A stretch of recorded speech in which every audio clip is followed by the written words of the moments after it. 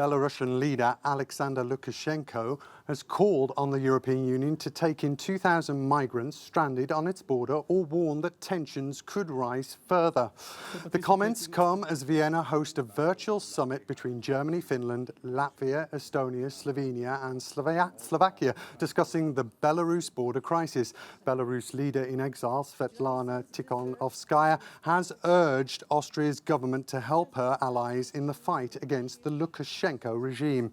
Austria says the EU must not be blackmailed into accepting migrants. Maeve McMahon sat down with the EU Commissioner for Home Affairs, Eva Johansson, to ask her about the bloc's response to the ongoing crisis along the Poland-Belarus border.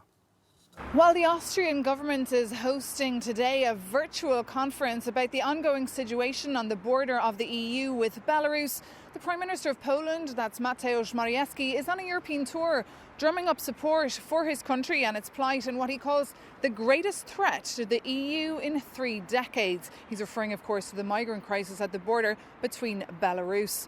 But I've been speaking to activists who are in the region and NGOs who argue that the Polish army is responsible for, quote, destroying the phones of people, beating them up, dividing families and pushing back refugees. And this is a point that I put to the European Commissioner for Home Affairs and Migration, Ylva Johansson, in an interview earlier. I think it's important to understand here who started all this, who is the one to blame, is Lukashenko. He's the one luring people into a very dangerous situation. And of course, we need to comply with other standards.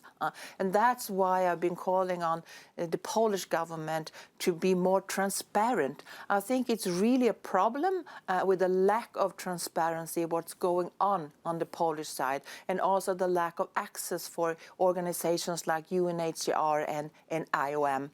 I also asked the European Commissioner for Migration, Ylva Johansson, if the European Union would have had a proper functioning migration and asylum programme if the situation wouldn't have been so bad.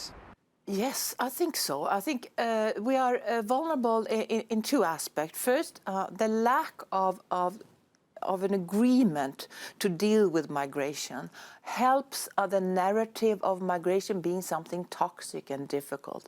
And that is really what a regime like the Lukashenko regime are using. And that was Ylva Johansson there, the Commissioner for Migration, speaking to me earlier on Euronews.